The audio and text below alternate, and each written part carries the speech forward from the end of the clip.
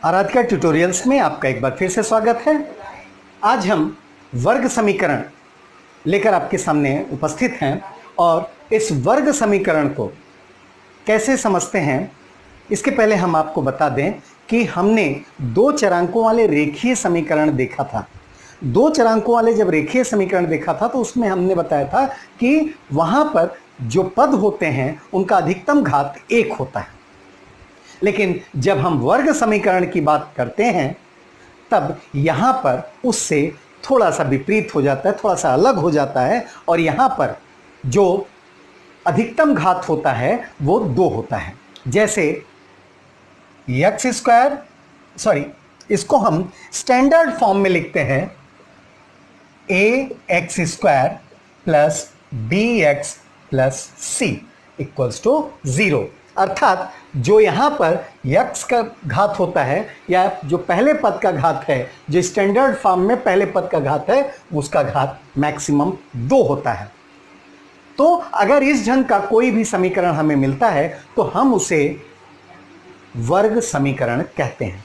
अब उदाहरण के लिए x² plus 5x minus 4 that is equals to 0। अब जरा इसकी तुलना करें तो यहां पर x² ax² की जगह यहां पर 1x², लेकिन हम 1 लिखते नहीं है तो x², b की जगह 5x, फिर c की जगह -4। तो इस ढंग से ये वर्ग समीकरण है। दूसरा हमारे पास अगर होता है x plus 1/x equals to -2, क्या ये वर्ग समीकरण है? तो अब इसको देखने के लिए हम क्या करते हैं कि इसको ये जो डिवीजन है यहां से हम x का गुणा कर देते हैं, सारे पदों में x का गुणा कर देते हैं। तो x या यहां जब x का गुणा करेंगे तो ये हो जाएगा x² प्लस यहां x का गुणा करेंगे तो x से x कैंसिल हो जाएगा, 1 आएगा और यहां पर x का गुणा करेंगे तो -2x आ जाएगा। अब इसके बाद हम पक्षांतर कर लें तो हमको क्या मिलता है, या x² यहां से 2x इधर आएगा तो plus 2x plus 1 that is equals to 0। तो ये भी वर्ग समीकरण है, ये भी हमारा वर्ग समीकरण है। परंतु अगर हमारे पास ऐसा आ जाए y² plus 1/y that is equals to -5, तब इसमें क्या करेंगे?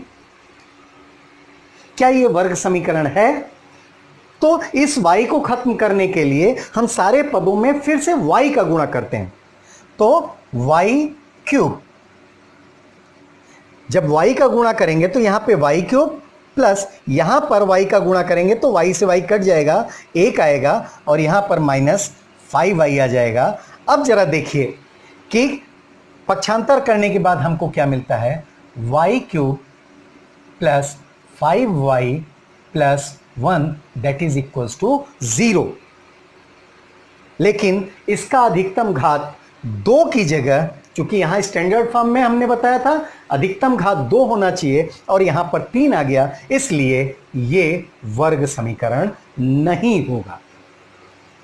अब इसके बाद हम देखते हैं कि वर्ग समीकरण को स्टैंडर्ड फॉर्म में कैसे लिखते हैं। तो ये हमारा पहला मुद्दा था। अब दूसरा मुद्दा आ गया कि कोई भी समीकरण अगर है तो उसको स्टैंडर्ड फॉर्म में कैसे लिखते हैं और उसके a, b और c का मान कैसे देखते हैं। तो आइए मान लीजिए हमारे पास इक्वेशन है 2x² minus 3 equals to -2x। अगर ये हमारे पास एक समीकरण है तो हम इसको स्टैंडर्ड फॉर्म में लिखने के लिए क्या करेंगे, इसका पक्षांतर करते हैं। कैसे करेंगे, या 2 यहां से वापस ले आया 2x² plus 2x minus 3 that is equals to 0। अब जरा देखिए कि स्टैंडर्ड फॉर्म में हुआ कि नहीं, ax² प्लस bx और प्लस सी इक्वल्स टू 0। इस स्टैंडर्ड फॉर्म से इसका मेल होता है। अब इसमें ए, बी और सी क्या है, तो यहां से हम देखते हैं ए का मान। अब जरा देखिए, ए एक्स स्क्वायर से तुलना कीजिए तो ए की जगह 2, तो ए बराबर 2। बी की तुलना कीजिए तो बी की जगह कितना है, 2, तो बी बराबर 2। और सी से तुलना कीजिए तो सी की जगह -3 है, तो सी इक्वल्स टू -3। इस ढंग से हम स्टैंडर्ड फॉर्म में लिखकर ए, बी और सी को प्राप्त कर सकते हैं। इसी ढंग से अगर हमारे पास एक और क्वेश्चन है, x 2x plus 1/x equals to -3x, -3। अब हमको इसको स्टैंडर्ड फॉर्म में लिखना है और ए और बी, सी का मान बताना है।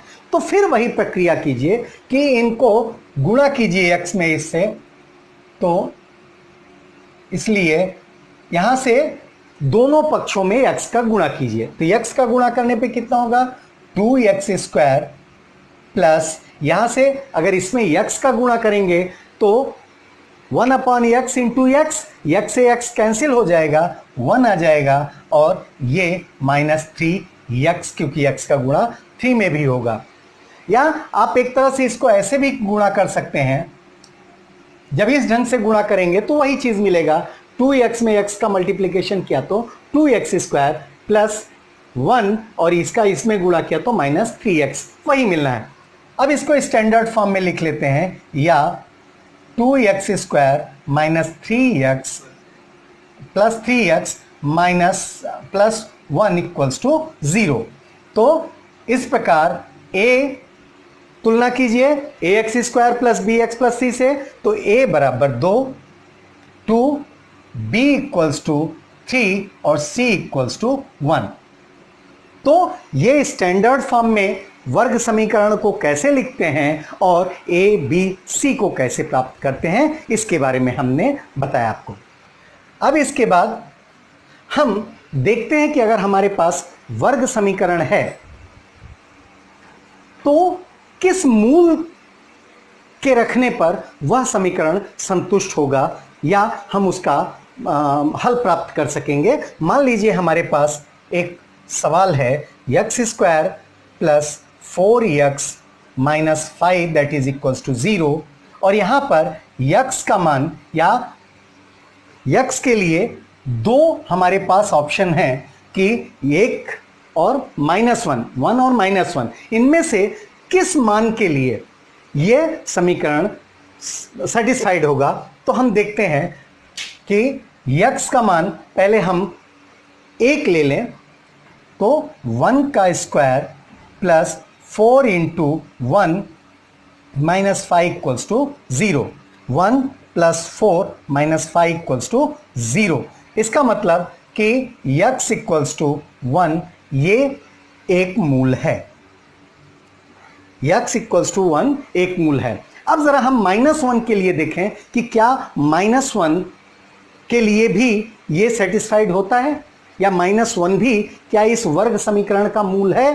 तो आइए देखते हैं, x² plus 4x minus 5 that is equals to 0, तो -1 का whole square plus 4 into -1 minus 5 equals to 0।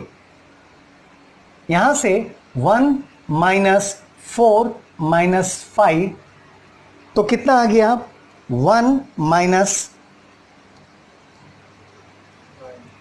9 that is equals to -8, और -8 ये बराबर नहीं होता 0 के, इसलिए -1 इसका मूल नहीं होगा। -1 इसका मूल x -1, अर्थात x बराबर -1 इसका मूल नहीं होगा।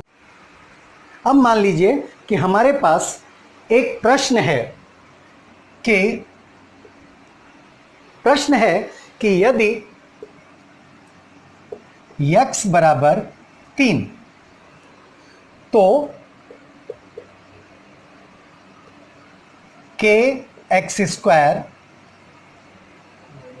Minus 10x plus 3 equals to 0 किस मूल के लिए, या अगर ये है तो k का मान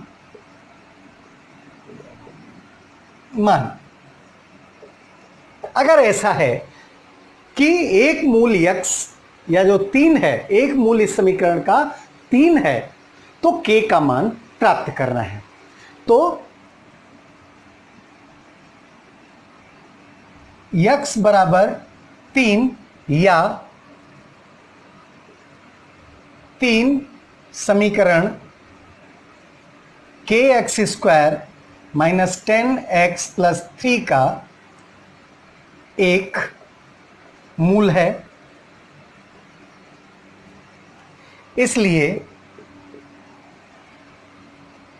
k यहां पर एक्स स्क्वायर की जगह 3 रखा तो 3 का square minus 10 into 3 plus 3 equals to 0। चूंकि x इक्वल्स टू 3 और 3 क्या है, इस समीकरण का एक मूल है, इसलिए उसकी जगह x की जगह हमने 3 रखा तो k इंटू 3 का whole square minus 10 into 3 plus 3 equals to 0, और यहां पर हो गया 9k minus 30 plus 3 that is equals to 0। 9k minus 27 that is equals to 0, या 9k equals to 27, k equals to 3। इसलिए जो हमारा वर्ग समीकरण होगा, चूंकि k का मान हमें मिल गया तो हम इसको लिख सकते हैं, इसलिए वर्ग समीकरण 3x square minus 10x plus 3 that is equals to 0, ये वर्ग समीकरण हमारा हो जाएगा। यहां पर जो k की वैल्यू हमें प्राप्त करनी थी वो 3 है, और इस तरह से जो वर्ग समीकरण मिलेगा 3x square minus 10x plus 3 equals to 0। Thank you.